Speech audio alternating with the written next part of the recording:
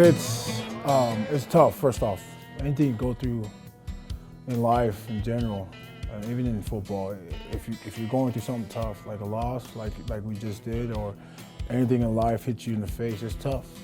But you always need somebody to lean on, and I need to be that guy.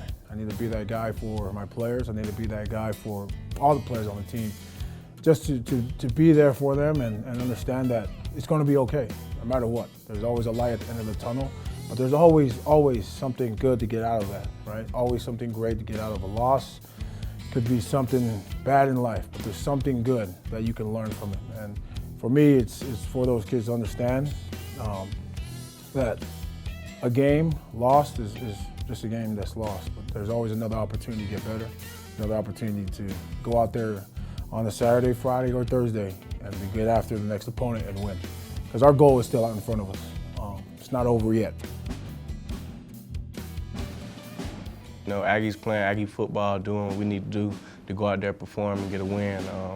I know that that triple option that Air Force plays is a strenuous offense, eating up that clock any chance it gets. So I know that as offensively, our goals was to stay on the field a little longer, and we have to come off the field with points. It's a very difficult offense to try to get prepared for. We thought we did a good job of that. We just didn't go out there and play our game. It's plain and simple. Offense did not play our game.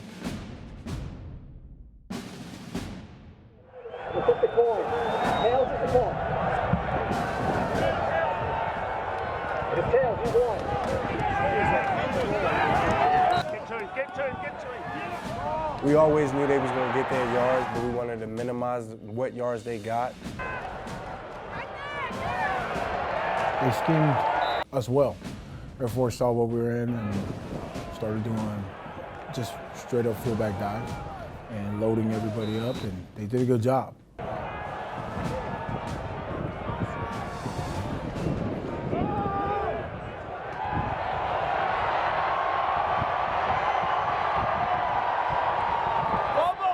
Got to capitalize on all the scenarios and situations that happen, such as the defense getting those 2 turnovers early in the first quarter.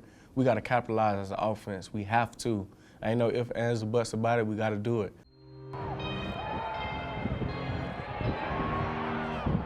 It's always a learning matter when you lose. You always find out what you did wrong, and we did. We know our wrongdoings, and we will correct it.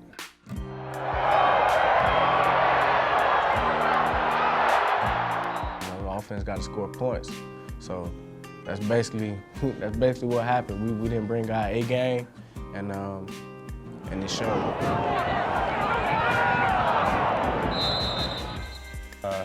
Throughout the game, it started to wear and tear on us. I really didn't believe it was 46 minutes. I just thought it was like a couple minutes, honestly. That was the first game, I would say. But again, I think as a defense as a whole, to be a great defense, you want to be on the field no matter what. And no matter what the outcome is, you only can control what you can control. But now knowing that it was 46 minutes, that's a long time. But I felt like we still did what we had to do as much as possible, as hard as possible. Don't think any guy in my locker room, on my side of my field, on the side of my ball, gave up or showed that they was weak or anything. We can't have the defense on the field that long. The offense got to score points.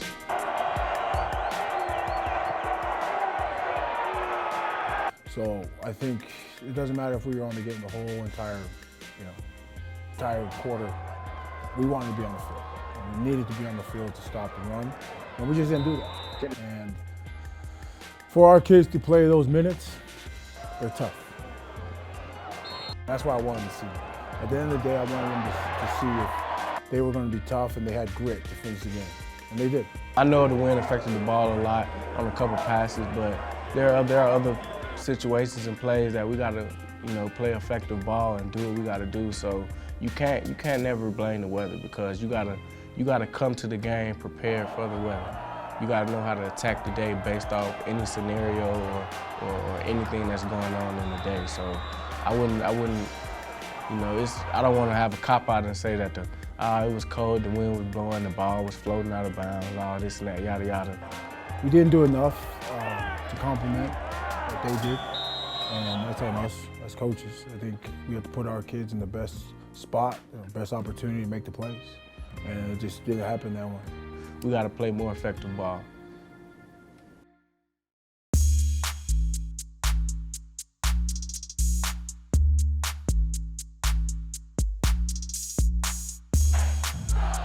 We don't like them, they don't like us.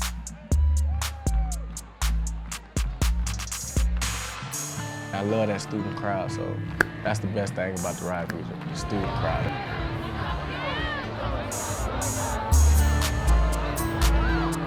I love it so much, so I'm really hoping to do it like the rest of my I love Aggie athletics, and just being here makes me just feel so happy. It means we're one big family. We're all here to support our brothers here on the football team and just have a great time watching us beat BYU tonight. We don't agree with each other. I feel like they look down on us. They think we like the little brothers. They always call us the little brothers. You know, but as I say, like, it's going to come down to who wants it more. I played here in 2011 and 12, and I did not beat them as a player. So as a coach, I'm willing to put it all on the line and beat these guys, right? As players, as personally, as us up at North, but as coaches as well. I know some of the guys down there, down south, and we're all fighting to keep the wagon wheel and to keep this tradition alive where both teams from the North and South get together and we fight it out.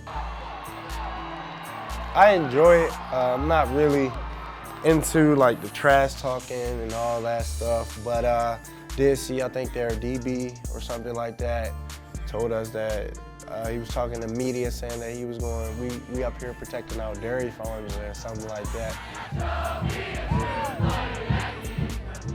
All gas, no brake type of guy, so I'm gonna bring mine.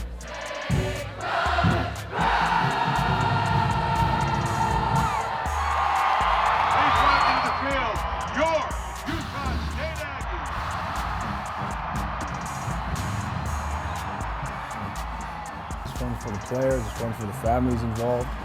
It's just great, a great environment. And you're gonna see Maverick Stadium rocking on Saturday with the best student section in the state. It's going to be exciting.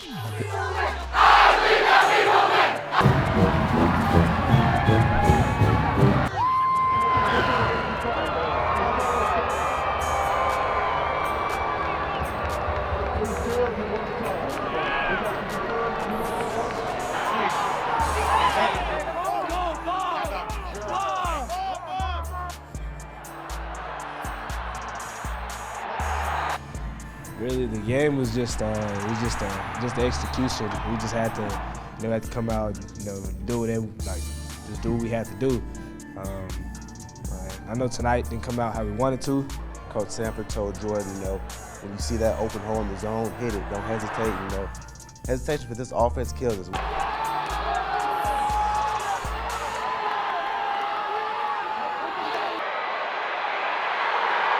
BYU outplayed us. They deserved to win. They did. Obviously, we're also a momentum team as well, so we can't have any missed assignments. We can't have any penalties, any turnovers, because that's gonna be a bad sign with offense.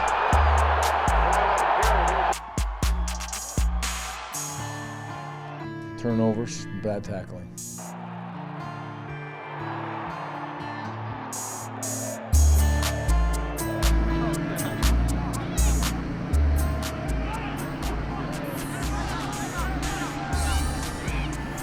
We had our opportunities to play well. We had opportunities to get out of numerous third downs, and I just say it again, tackling. So. Yeah, we work on tackling a lot. Probably work on it every day tackling, scout tackling, just any type of tackle we can do, live, football, just, anything.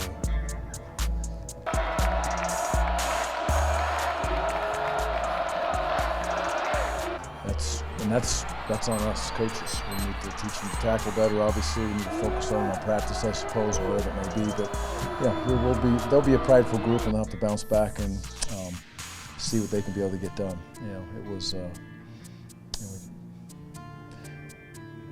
Woody's a big part of that defense. It wasn't good to have him out there today, so wish he would have been there. But he could have made a bit of a difference, but he's not going to go win the football game for us either. So the defensive guys young players got to step up and make plays.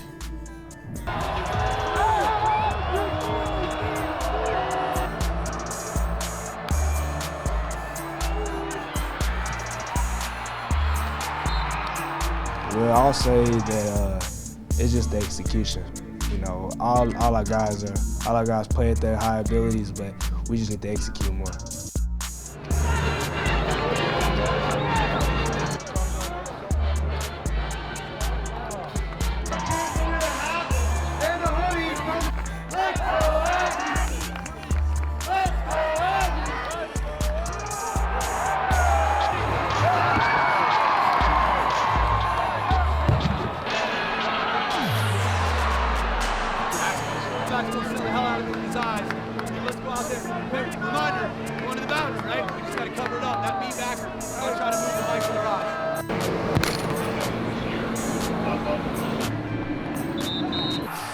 The whole offense is we had some mojo at times tonight, which was good to see. We got some things going, we got the ball moving. I'm not too sure, but I could tell that we had 3 turnovers that costed us 21 points for the BYU, and that's huge. Do your job. Lock in and do your job.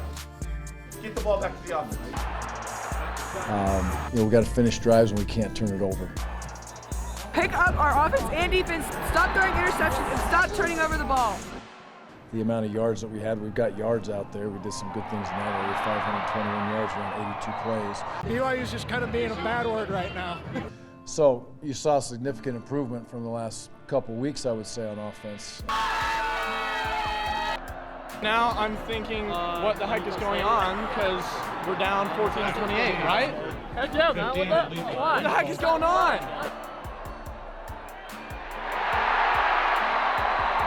When we give BYU or the opposing team free 21 points, that's very detrimental to this team and to the offense, because that's a momentum killer as well.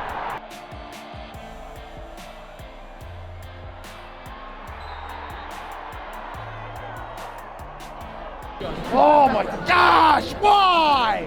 It would be really bad if we gave up another touchdown right now, because we're already down 2 scores.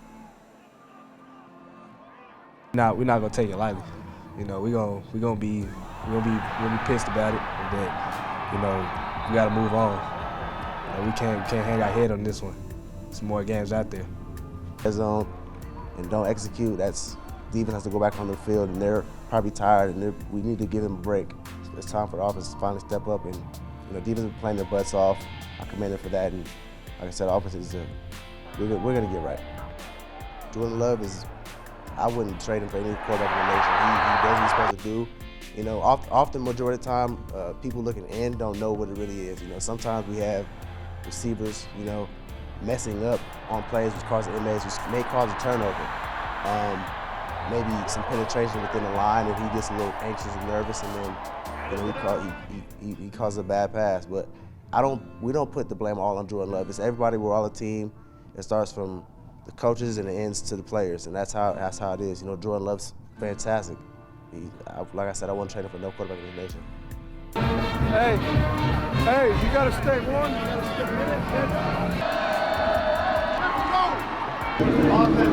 in it. Part of football is every snap, right? So there's always a mental piece to that.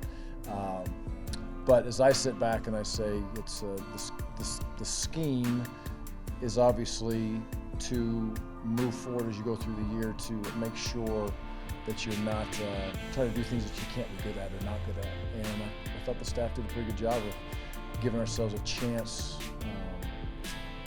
today to be able to be successful offensively, but we have to be able to finish drives.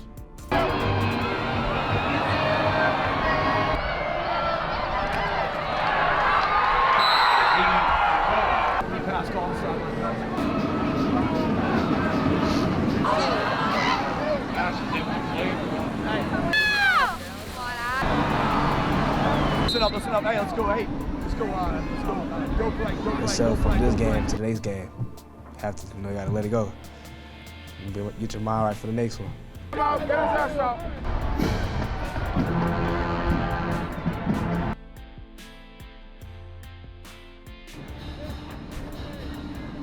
All the questions you want to say. We got outplayed, and we're going to come back fighting. We got some opportunities to do some things as a football team, and we're going to learn from it.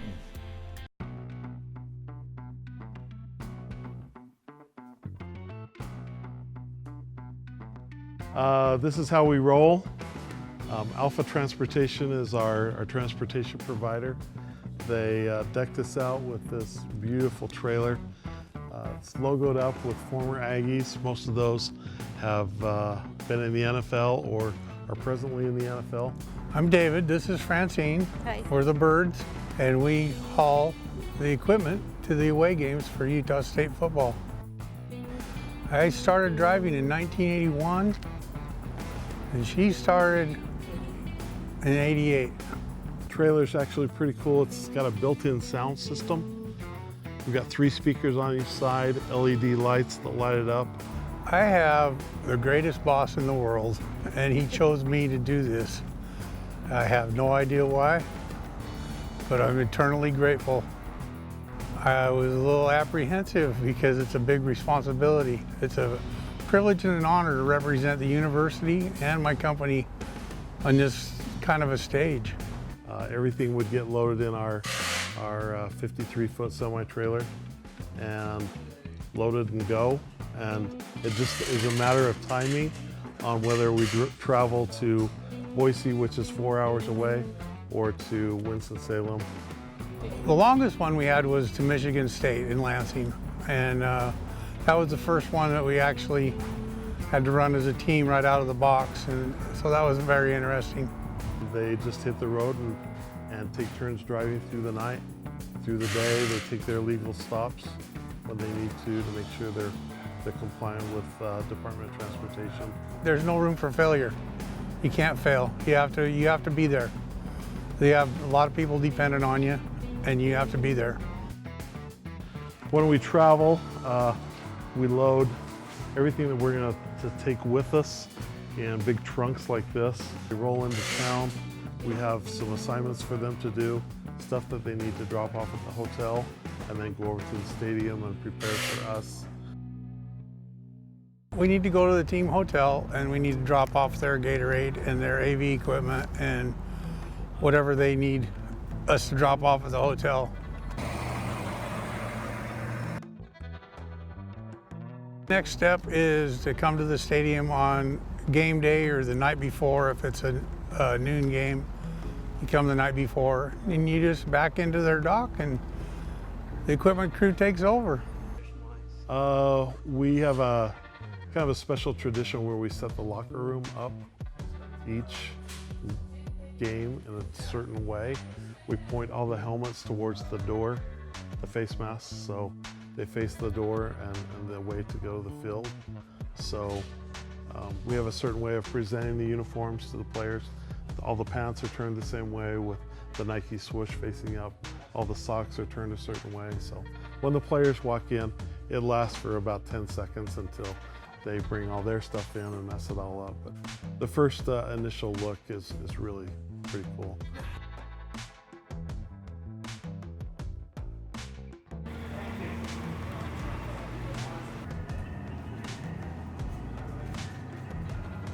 We've got all kinds of extra equipment we travel with. We travel with big ATA trunks that we roll onto the semi-truck. Put everything in those, extra helmets, extra shoulder pads, face masks, anything extra that we could possibly need, we've got backups for. Extra shoes, extra jerseys and pants, just to make sure if there's an issue with any equipment that way that we've got extras on hand that we can replace what we need. We have to do a lot of maintenance on site. So each guy will carry certain tools that will provide them a lot of help that can change out anything on the field.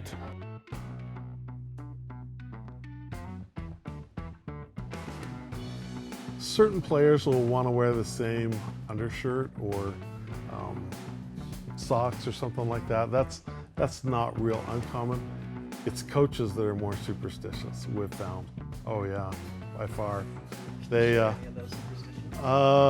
don't want to reveal anything, no names, but coaches who had to have a penny in their shoe turned the right way.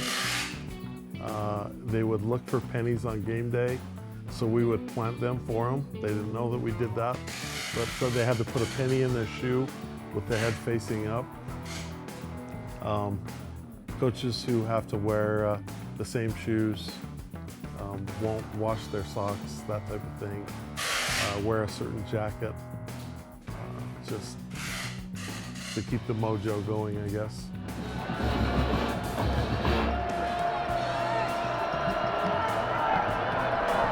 It's one of the greatest jobs I've ever had, driving truck, and I've been doing it a long time. Buckle it together and we wash and dry that for them. Have it ready to go for them the next day. Uniforms, as soon as the game is done, we pack all those up. If we're on the road, we pack them into a trunk and fly them home. We don't put them in the trailer to transport home because it takes an extra day for that to get back.